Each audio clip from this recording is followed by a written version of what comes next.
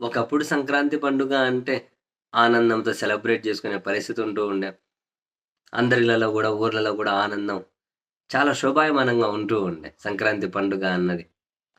కానీ పొంగ పూర్తిగా కమర్షియలైజ్ అయిపోవడమే గాకుండా, సరే కమర్షియలైజ్ అయితే అన్న ఒక రకమేమో. ఇది పూర్తిగా జూదం, మెజారిటీ జీవితాలను నాశనం జేయడం కోసం కొన్ని కొన్ని జూదాలు ఇందులోకి చొరబడేసి ఏమంటే అది సాంప్రదాయం అనే వరకు వచ్చేసారు. కోడి పందాలో, ఎద్దుల పందాలో అదో ఇదో డబ్బు పెట్టనంత వరకు సాంప్రదాయం. వేలకు వేలు, లక్షలకు లక్షలు, కోట్లకు కోట్ల వ్యాపారాలు జేసి, ఆ క్రమంలో కొందరి జీవితాలు నాశనం అయిపోతే, మరికొందరు ఎవడో ఒకడో ఏదో అక్కడొకడు, ఇక్కడొకడు లాభపడినోడు ఉంటాడేమో. చాలా మంది జీవితాలైతే నాశనమే. మరి ఇంత పూర్తిగా జూదం. లక్షల లక్షల కోడి పందాలు, క్యాసినోలు, గుండాటలు, ఇంకొక ఆట, ఇది ఇంత జూదాలాడుకుంటూ మరి దీన్ని సాంప్రదాయం సరే వీళ్ళంటున్నారు ఇదంతా మా సాంప్రదాయం అంటారనుకోండి. సరే దాంతో కాసేపు అగ్రీ అవుదాం. మరి ఇదేంటిది? డబ్బులు పెడితే సాంప్రదాయం ఏంటండి బాబు? అండ్ అదే సమయంలోనే ఆ పందాలలో పార్టిసిపేట్ కానోళ్ళ కథ పక్కన పెట్టండి. మామూలు వాళ్ళకి కూడా ఈ పండగ ఆనందం లేకుండా పోయింది.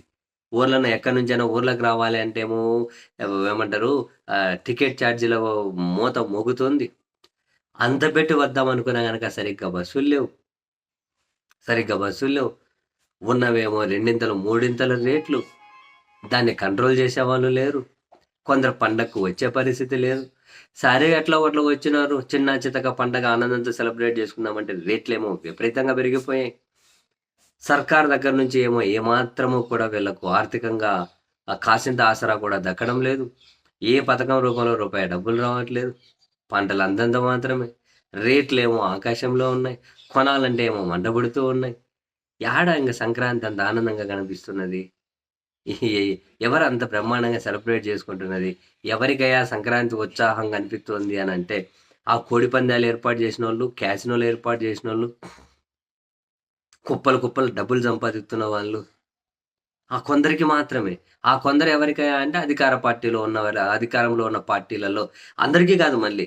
అందులో కూడా ఎవరైతే కీలకంగా ఉంటారో, ఎవడైతే ఇవన్నీ మెయింటైన్ చేసుకోగలుగుతాడో వాళ్ళ ఇళ్లలోనే సంక్రాంతి బ్రహ్మాండంగా కనిపిస్తుంది. ఎందుకంటే విపరీతమైన డబ్బులు. నష్టపోయేవాడు నష్టపోతాడు, లాభం పొందేవాడు లాభం పొందుతాడు, లాభం పొందుతాడు. వీనికైతే స్టాండర్డ్ కదా! బరువుల దగ్గర చీరగల్స్, బరువుల దగ్గర ఎంట్రీ టికెట్లు, బరువుల దగ్గర బెల్ట్ షాపులు పెట్టి విపరీతమైన డబ్బులు వసూలు చేసి ఏందో రోజు రోజుకు ఈ పండుగని పూర్తిగా జూదమయం అయిపోవడం, పూర్తిగా కమర్షియలైజ్ అయిపోవడం, చాలా అందరి జీవితాల్లో ఆనందాన్ని నింపాల్సినటువంటి ఇది పూర్తిగా ఒక బాధను మిగిల్చే పరిస్థితి పండగ అయిపోయేసరికి ఎంతోమంది నాశనం అయిపోతారు. ఏం చెప్తాం?